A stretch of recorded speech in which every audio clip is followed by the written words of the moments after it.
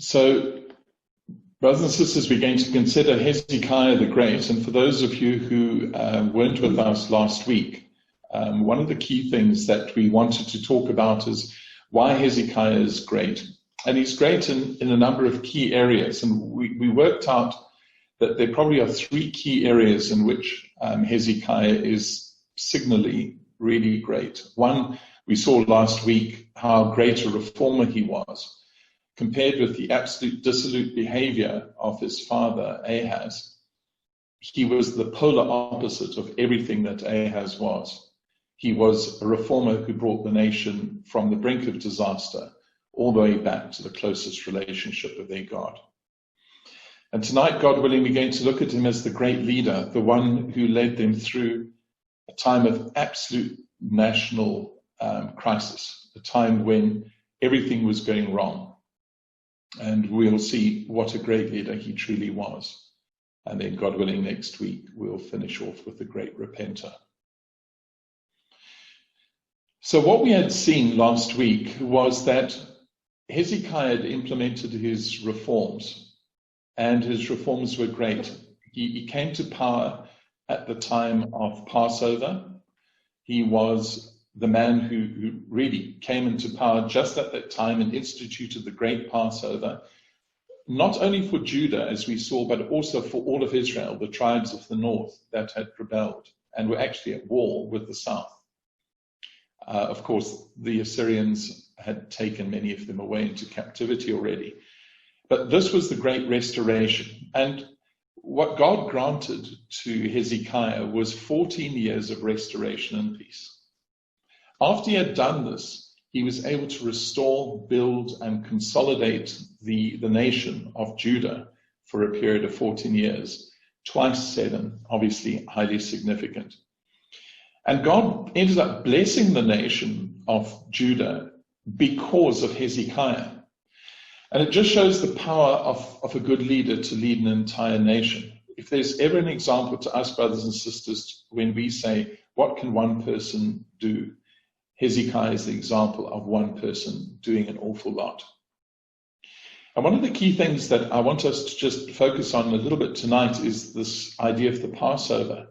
The Passover was such a seminal event in the reign of Hezekiah, and it defined the nation and the way that they observed their relationship with God, that Isaiah makes a point in Isaiah 29 verse 1 of saying, add ye year to year, let them kill sacrifices with regard to the Passover. And we know that they obviously kept the Passover, but Isaiah was at pains to show that every year was commemorated with extreme vigor and remembrance of the great Passover that he had instituted. The Passover was a key part of the reign of Hezekiah, and it marked his beginning. Obviously, Hezekiah was the king after Ahaz, his father. And last week we looked at Tiglath-Pileser III, the Assyrian king, who was the great troublemaker during the reign of Ahaz. But Ahaz, of course, kowtowed to him and tried to sue for peace and become a vassal state of Tiglath-Pileser III. And then, of course, there are other kings in between. And the real villain of the piece that we're going to consider tonight is Sennacherib, the king who came 2 kings after Tiglath-Pileser. He's the real force of evil for Hezekiah. So the Assyrian beast, that great beast, had been looking elsewhere for a period of time. In fact, it was divinely providential that Merodach-Baladan, the king of Babylon in the south, had caused so much trouble to the Assyrians that they were occupied with dealing with things on the eastern side of the Fertile Crescent, so that God gave Hezekiah 14 years of rest as a consequence. It was divinely providential that happened. And of course, Tiglath-Pileser's successor was Shalmaneser V, and he ended up really routing Israel, getting rid of the last remnants of Israel in the north, the separate tribes in the north. And with all of these, it's interesting to see that they end up having very horrible deaths, they don't see the fulfillment of their ambition. And I believe a lot of that is divinely ordained. Shalmaneser died before his siege was even completed. And then Sargon II was the one who finished off the last of captivity in the north. Israel was carried out of their own land to Syria unto this day, the end of the tribes in the north. They were the diaspora from that time onwards. And of course, after Sargon II came Sennacherib, the king that we're talking about. Here's a rock relief on the right of Sennacherib. And they tried to get a reasonable likeness, though, of course, many of them were overly done to try and portray them as supremely royal. He was a very successful king. He was more vicious than any of the ones who had gone before him. If Tiglath-Pileser and the others were nasty, he was many times nastier. And he was very successful at it as well, except against Jerusalem. So this is what his predecessors had done.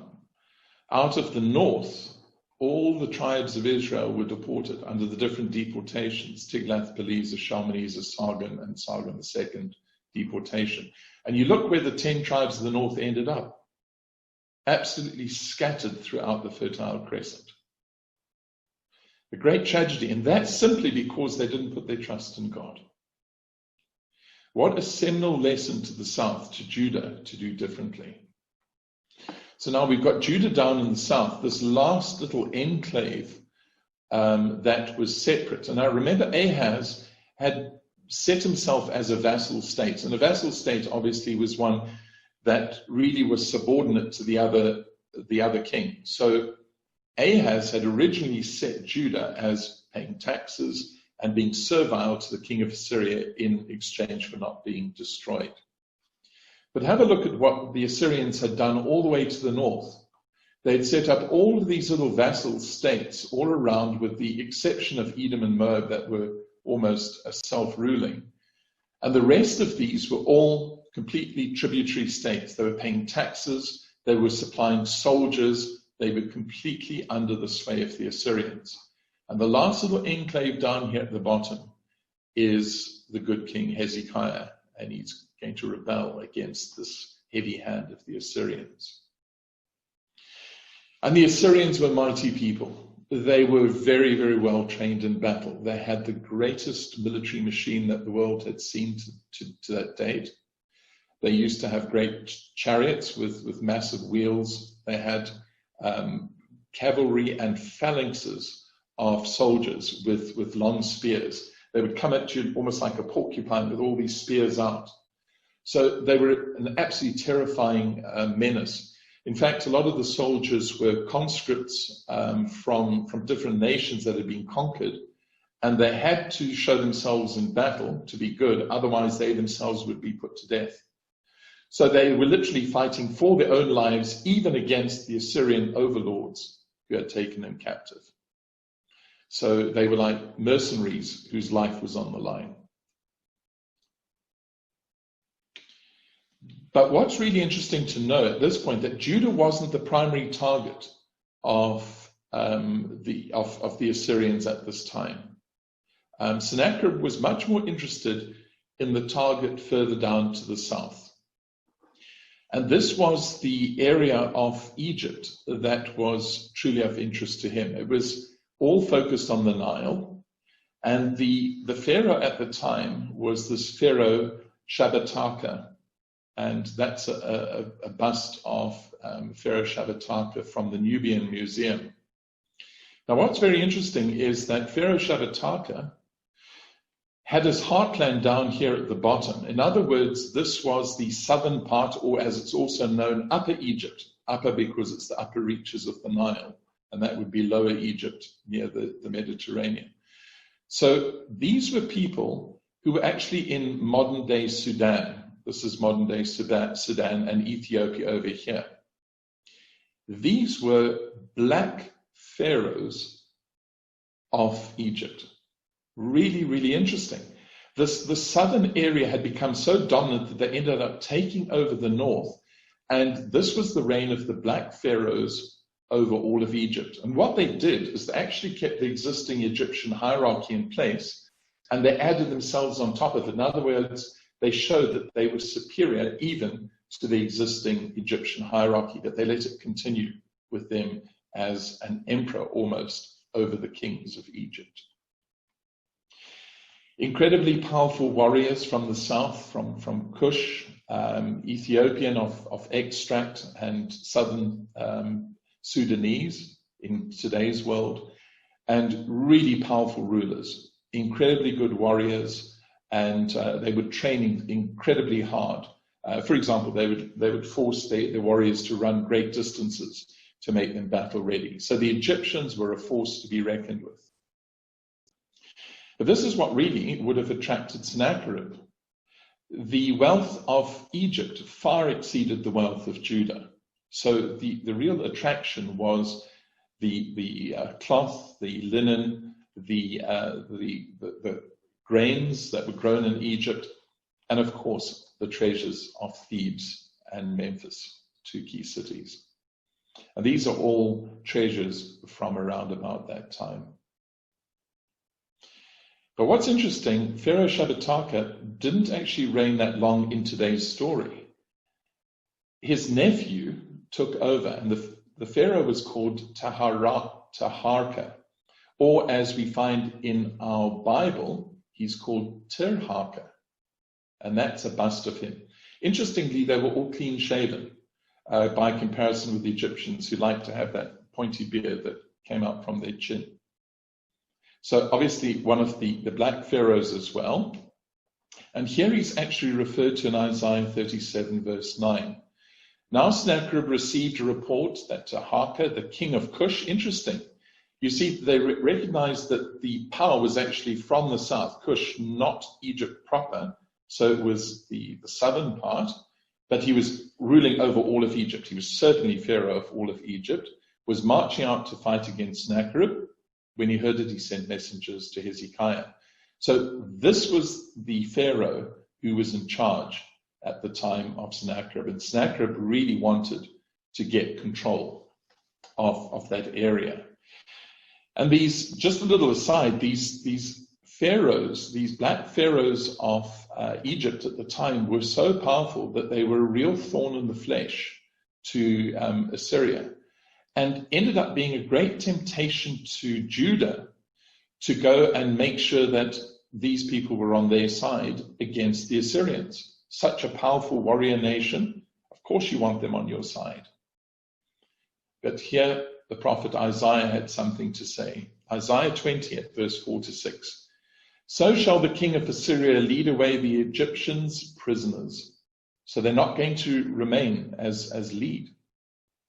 And the Ethiopians captives, young and old, naked and barefoot, even with their buttocks uncovered, to the shame of Egypt. In other words, the end of that dynasty was going to come. Isaiah foretold it.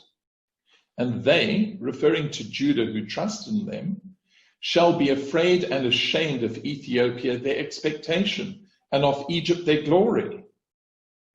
So what was happening? People in Judah were so taken in by the power of Egypt under these kings that they wanted them as their expectation, their glory. And Isaiah says, you're going to be ashamed. And here they are taken off into captivity. Look at their feet, manacled. And we know it was them because this was the carving that actually spoke of the kings of Egypt being taken by the Assyrians. Notice too, all of them are clean shaven. So Taharka and his army were really powerful. They actually thumped the Assyrians in an outright battle in 673. And then Esarhaddon marched again against Egypt to try and have a go at them again. Didn't quite succeed. And only much later did Ashurbanipal finally defeat Taharka in 667. And he managed to escape and went all the way down to the southern city of Thebes, and he died there. And the city was finally sacked, and the gold and the treasures taken back to Syria. So the Assyrians had a long memory, and this was the interest that Sennacherib certainly had to the south of Judah. Now, Hezekiah knew all of this. He was a great leader. He was He had come to power at the age of 25. Now he was 39. He had had 14 years of peace. And look what Isaiah says he did. Isaiah says, "And thou, Hezekiah, didst look in that day to the armor of the house of the forest. You've seen also the breaches of the city of David, the places in the wall that were broken, how you've gathered together the waters of the lower pool. You've numbered the houses of Jerusalem, and the houses have ye broken down to fortify the wall." He actually knocked down some houses to make a thicker wall, and the wall was more than 3 or 4 meters thick in places. It was one of the most robust walls that you could imagine. You have also made a ditch between the 2 walls for the water of the old pool. So he did a couple of things. He made military equipment, because remember, the Assyrians were really good. He made great reinforcements to all the walls, not only thicker, but he added a lot of towers to them. And remember what had happened in the reign of one of his predecessors, Uzziah. There was the earthquake in the reign of Uzziah, and many of the walls had been shaken and broken in places, and they were unrepaired until this time. So Hezekiah goes and makes sure all these walls are sturdy and proper gates and towers are installed. And then, of course, he builds this wonderful tunnel known as Hezekiah's conduit, and I'll play you a little video of that at the moment. But the key thing to show here is that Hezekiah, even though he trusted in God, did something. He did it. He did his part, and then he rested in God. And if that's a lesson to us, my dear brothers and sisters, in trust, it means we do have to bring our part when we want to show ourselves faithful to our Father. Hezekiah did. He did his part. But then the great thing is, after he had done his part, he could hand over to God completely and let God undertake for him. So the walls were built up. He put these wonderful gatehouses in place over vulnerable areas that made it very hard for people to come in just with a single door. They had 4 entries, so it made it very hard for you to be able to run troops into an area of the gatehouses. So this is some of the original wall that he would have built. And of course, he also had to prepare for revolt, because the second most important city right over here was Lachish. And Lachish was a great fortified city. Before, the Assyrians had installed their own governor there by the name of Pali. And Hezekiah got rid of Pali and installed a governor called Zedekiah there as his governor. And because it was really on an important part of the trade route down to the south. And he pushed back, as we saw last week, the Philistines out of their territory, the Edomites, and he expanded and consolidated the area of Judah, including putting all these royal collection points in and distribution centers throughout the Judean highlands. So he put a lot of effort into his preparation. So what I'm going to do now is I'm going to play you a video. Colin, tell me if there are any issues with it, but I have shared the sound.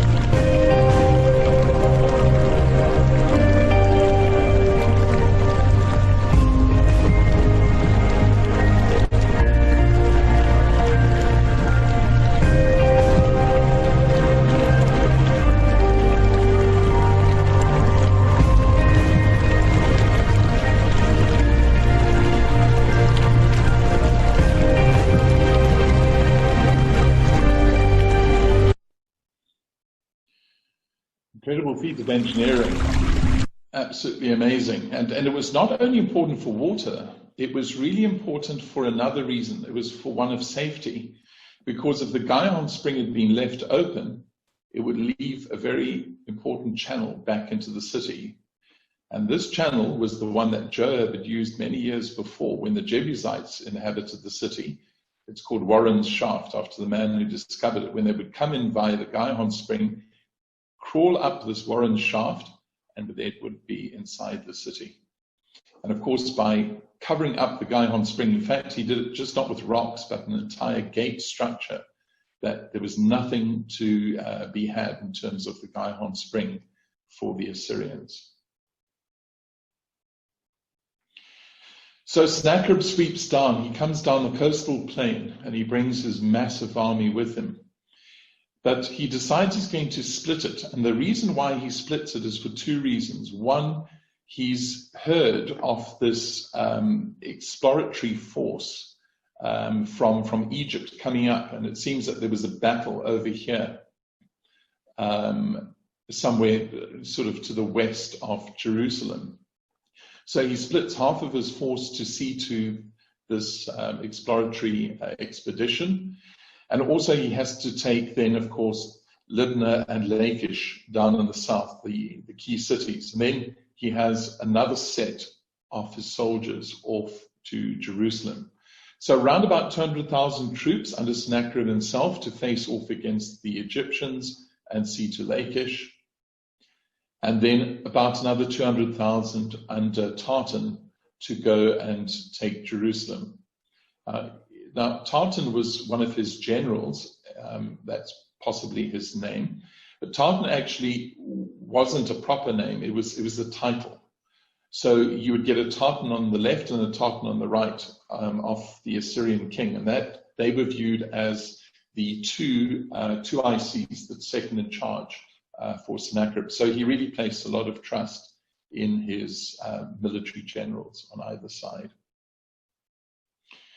And of course, the Assyrians were brutal. They had all the right weaponry, they had all the right skills, and they were men really trained in war, and they had every reason to fight. They were expansionists, and they had been very, very victorious and successful.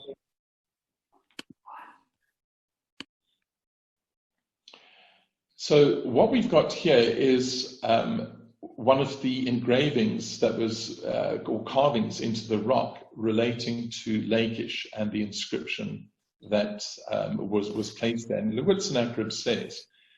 Sennacherib, the mighty king, king of the country of Assyria, sitting on the throne of judgment, before the city of Lachish, I give permission for its slaughter. Absolute brute, not... let's see whether we can get peace. I give permission for you to finish it.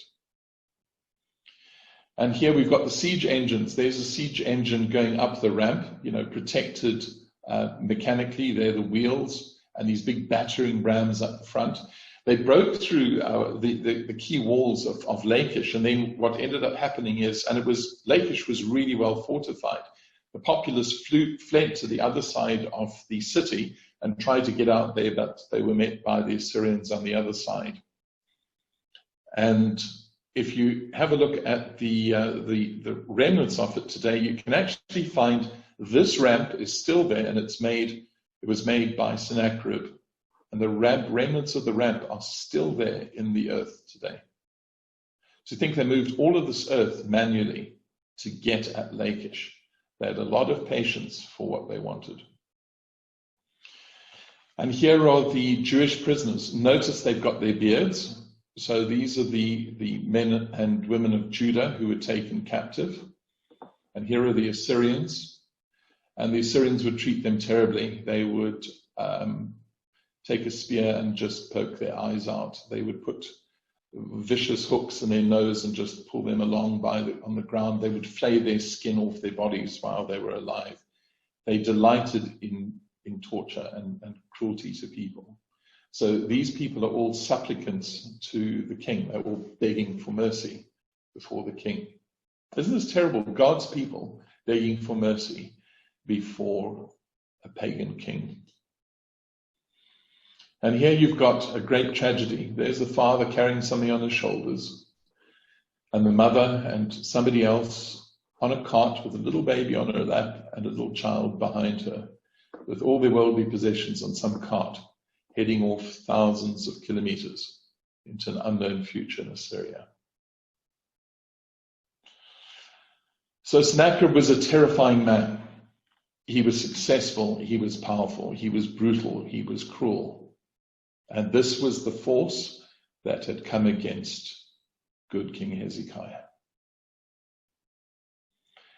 Now, in the days of Hezekiah, we saw in that video he had done a couple of things. He had extended this wall outward to protect the flow of Gihon, so this was a new wall. And I also want you just to notice too, here's the temple precinct at the top, and just to the south of it are the royal quarters where the king would live. So the king was abutting the temple complex. He would go up to the temple from his house. It was on the southern part of the slope. And of course, there's the pool of Siloam at the bottom to provide water for the city. What's interesting to notice is the population of the city was only 25,000. 25 high schools worth of people, if you had to try and imagine it. Or alternatively, if you had to take a stadium of about this size, small football stadium, 25,000 people would fit into a stadium like this. But that's people, men, women, and children. So if you work out how many fighting people, soldiers, could be in the city of 25,000, at best 10,000, those stands would be 10,000. That's the total fighting populace that Jerusalem had under the days of Hezekiah. This is what they were stacked against. This is Super Bowl in the United States, and the stadiums carry 100,000 people each. 2 Super Bowls next to each other. Imagine every one of these an Assyrian soldier.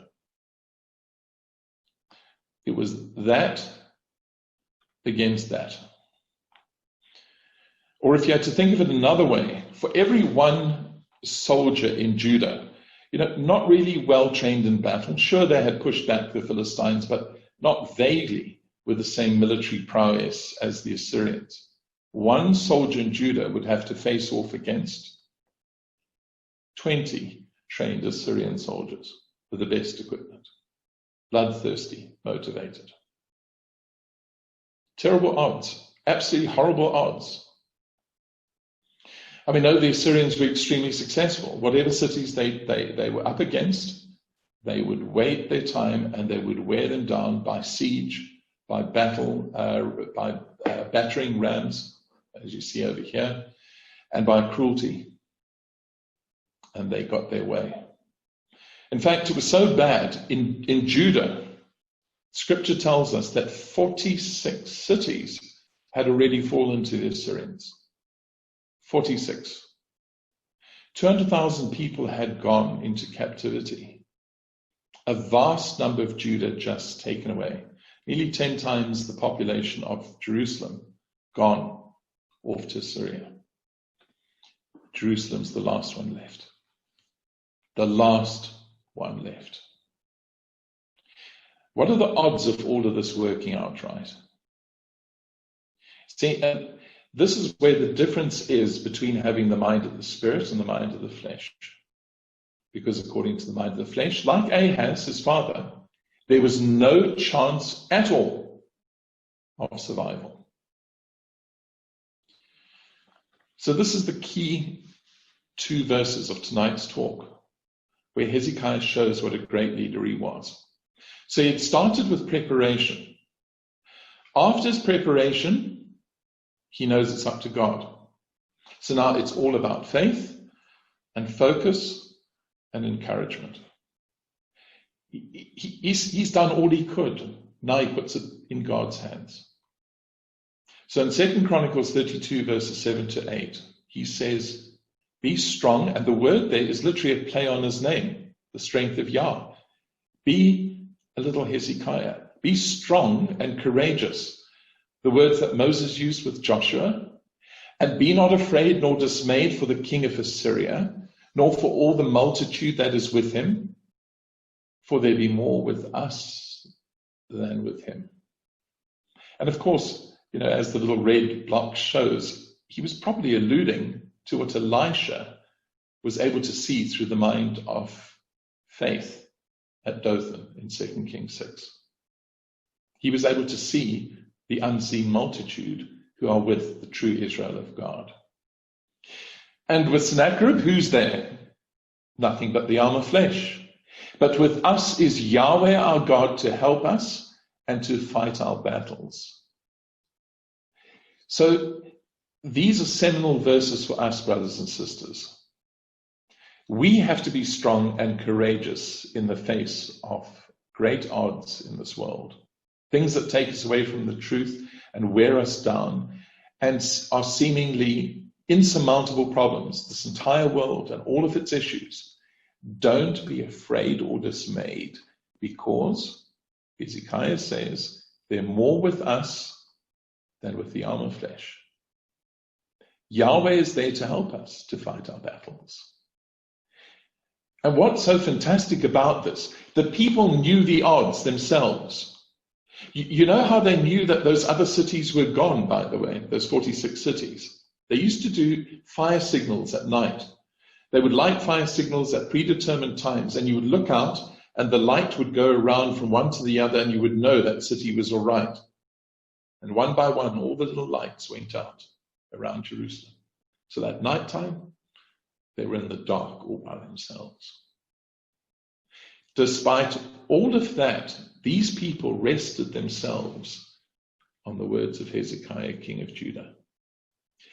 That's the power of a great leader. He absolutely believed it himself, and he was able to bring along the entire ecclesia with him. That's true ecclesial leadership, if ever there was one. And there's a lovely verse in Psalm 4, verse 8, which I think is very relevant. I will both lay me down in peace and sleep, for thou, Yahweh, only makest me to dwell in safety. What other safety is there really other than the one in which we put our trust in Yahweh, our God? There is none. He's the only true safety for all of us. Or this other verse that I'm sure Hezekiah believed, Joshua 23, verse 10. One man of you shall chase 1,000, for Yahweh your God, he it is that fighteth for you, as he hath promised you. So you might be 20-1 outnumbered, but those are good odds in terms of Joshua 23, verse 10, because Yahweh is fighting for you. There are 1,000 dots on the screen. One of you will chase 1,000 if you trust in God. Hezekiah patently believed all of this. Isaiah says of this time that I will fasten him as Hezekiah as a nail in a sure place. He was the anchor for their faith. And he shall be for a glorious throne to his father's house, the father David, not Ahaz. And they shall hang upon him because he's reliable. All the glory of his father's house, the offspring and the issue. He was trustworthy for the future. We know this is messianic as well, obviously. But it certainly applied to Hezekiah because he was solid in his faith for his God. So the people trusted in Hezekiah because Hezekiah trusted in his God. And one would think everything would be fine, wouldn't one? We would think if you did all of this with that level of faith, all would be well. But there's a principle that plays out large in this entire circumstance with Hezekiah, and it's that of an untried faith being an unreliable faith. What that means is he had faith, but God wants to test it. Not for God's sake, mind you. For our sake, our faith is tried. God's not trying to test to see whether we make the grade because we always fail. He wants to put our faith under trial to see whether we can see how reliable faith is in our approach to God for the future. So he puts us under stress and tests that faith. An untried faith is an unreliable faith. So this is what happened. In those days, Isaiah says, was Hezekiah sick unto death? And Isaiah the prophet, the son of Amos, came unto him and said unto him, thus saith Yahweh to the faithful man, set thine house in order, for thou shalt die and not live. One's faith could plummet. You could say, God, I did everything for you and for this Judah, and I put my trust in you. And you simply say, you're going to die and not live. That was not Hezekiah.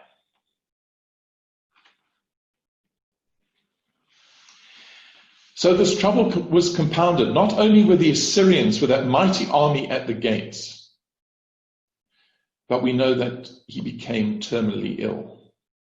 Isaiah 38 tells us, thus saith Yahweh, I will deliver thee and this city. So what I'm trying to show here is that these two things happened simultaneously. It wasn't just one set of trouble. Trouble often comes, as some people say, in threes, but that's superstition. Trouble is often compounded to put the extra pressure on us. I will deliver thee and the city. Or if you have a look in 2 Kings 18, Hezekiah was 29 years reigning in Jerusalem. And in the 14th year of his reign, did Sennacherib, king of Assyria, come up against all the fenced cities of Judah. So if you put this on a timeline, we know he was 25 years old when he began to reign. We've just already reigned 29 years in Jerusalem. We know it was in the 14th year of his reign that Sennacherib came up. And we know he was granted a 15-year extension of his life. And of course, 14 plus 15 make up the 29 years of his reign. So what this is telling us is that his sickness to death and invasion were absolutely concurrent. They happened at the same time. You don't pick that up in just reading the narrative. You have to go between all the verses to find this. It happened at the same time. And not only that, but the third issue compounded. It seems that Rabshakeh was probably a renegade Jew who had run over to the other side to save his skin and for money. He was a great orator and he could certainly speak Hebrew very well and knew all the intonation of Hebrew.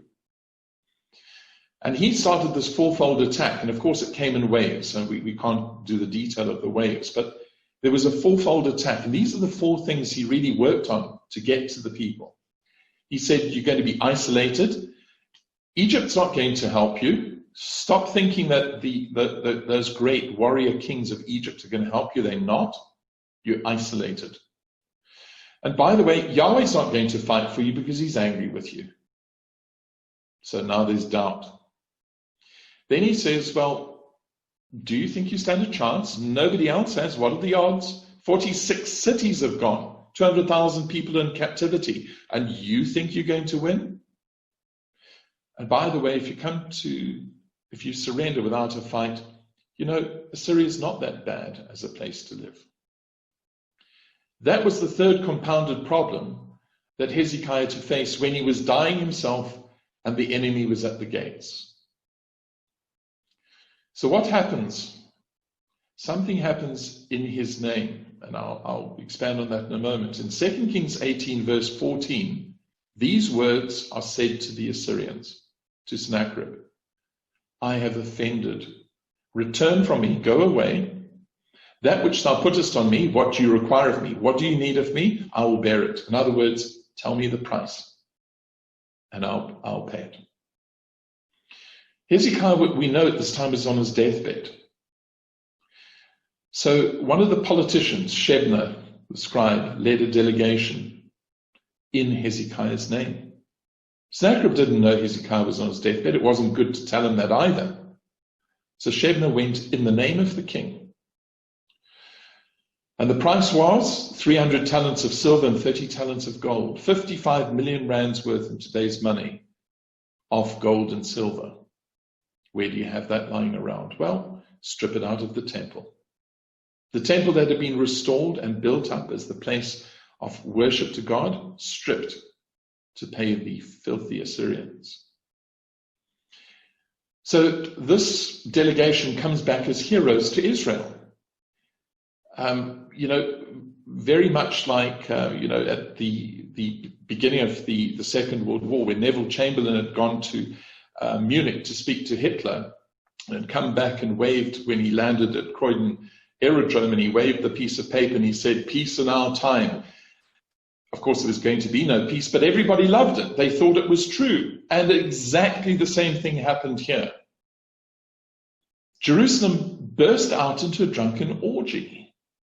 This is what they said. Isaiah says, this is what the people ran about doing. "Let us eat and drink, for tomorrow we shall die." But what that means is, we're going to die tomorrow, not today as we had feared. It's postponed. Our death is postponed. Let's have a party.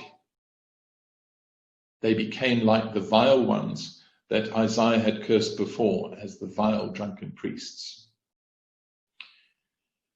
And just because they couldn't trust the Assyrians, a little bit afterwards, they sent off another delegation off to Egypt looking for help. And Isaiah details it in those verses I've put there. They sent off beasts of burden full of gold and treasures off to Egypt as plan B. None of this sounds like Hezekiah at all. Not the Hezekiah we know. They were doing these things in the name of the king. It's very important when we read this record that we realize this is not Hezekiah. This is the delegation that was led by Shebna. What was Hezekiah to do? He's terminally ill, and these three great problems are weighing on him, and he can do nothing about it. God often reduces us to this position, my dear brothers and sisters, for the same response that Hezekiah would have. In 2 Kings 20, verses 2 to 3, "Then he," that's Hezekiah, "turned his face to the wall and prayed unto Yahweh, saying, I beseech thee, O Yahweh, remember now how I have walked before thee in truth and with a perfect heart, and have done that which is good in thy sight." And Hezekiah wept sore. Now, at first reading of that, you might think Hezekiah was interested in his own good. He was petulant and turning his face to the wall. It couldn't be further from the truth. Hezekiah wasn't even praying for himself. His prayer was actually modeled on the promise that God himself had given to Solomon in 1 Kings 9, verses 1 to 5. And that promise was, if you walk before me correctly, I will preserve you. His appeal was for those promises that were made to David and Solomon to be repeated through him, because at that time he had no heir. And he realized that the nations would look at God and say, your promises to David and Solomon have failed. This prayer of Hezekiah was not for his own salvation. It was God-centered for the principles that God wanted in the earth for his promises. He is an incredible man. How many of us, with these three problems, facing imminent death, would be praying for God's promises and not our own skin?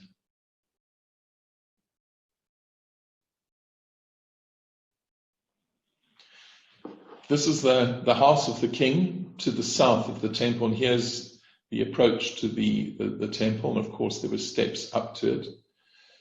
So you can imagine Isaiah having told Hezekiah this bad news. In 2 Kings verses 20, verses 4 to 5.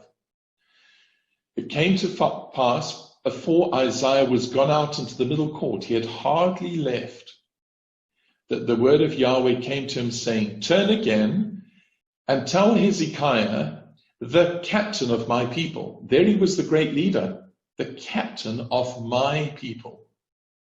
Thus says Yahweh, the God of David, thy father. You see, there's the link to the promises to David and Solomon. God heard the prayer of Hezekiah, and he knew why he was praying it.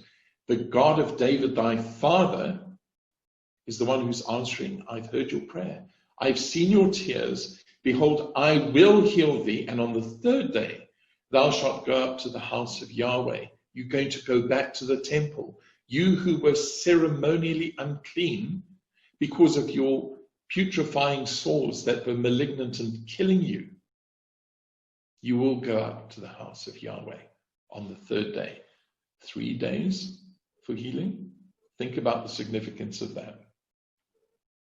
So in 2 Kings 20, verses 8 to 11, Hezekiah says to Isaiah, "What shall be the sign that Yahweh will heal me and that I shall go up to the house of Yahweh the third day?" This was no doubt on the part of Hezekiah. This was not him doubting God's word. He was saying, when shall I know I'm ready to go to the house of Yahweh, when I shall be ceremonially clean, not like I am now, tainted by death. His heart was in the house of Yahweh. A wonderful view of this man. Isaiah said, this is a sign you're going to have from Yahweh. Yahweh will do the thing that he has spoken. And then he asks him a question. Will the shadow go forward 10 degrees? And by the way, when you read degrees in scripture, degrees always is the Hebrew word for a flight of steps. It's not degrees as we know on a compass. It's flights of steps. Or go back 10 degrees. So it must go up 10 markings on the steps or go back 10 degrees. Hezekiah answered, it is a light thing for the shadow to go down 10 degrees. So if the sun is setting, for it to continue setting. But let the shadow return backward 10 degrees. So he's wanting God to confirm it for him. Isaiah the prophet cried unto Yahweh, and he, Yahweh, brought the shadow 10 degrees backward, by which it had gone down in the sundial of Ahaz. Yahweh performs this miracle. And there's a great clue in that as to what happened. So here's a representation of what the sundial of Ahaz was. Remember, the king's house was to the south and lower, and here was the temple. Now, either a pole or a building was the marker in the middle. So say at 6 a.m. in the morning, the sun would be low in the sky, and there would be a marker on the steps here as 6. When it was 1 p.m., you'd have a marker somewhere over here, for example, and later in the afternoon when the sun was going down about 4 p.m.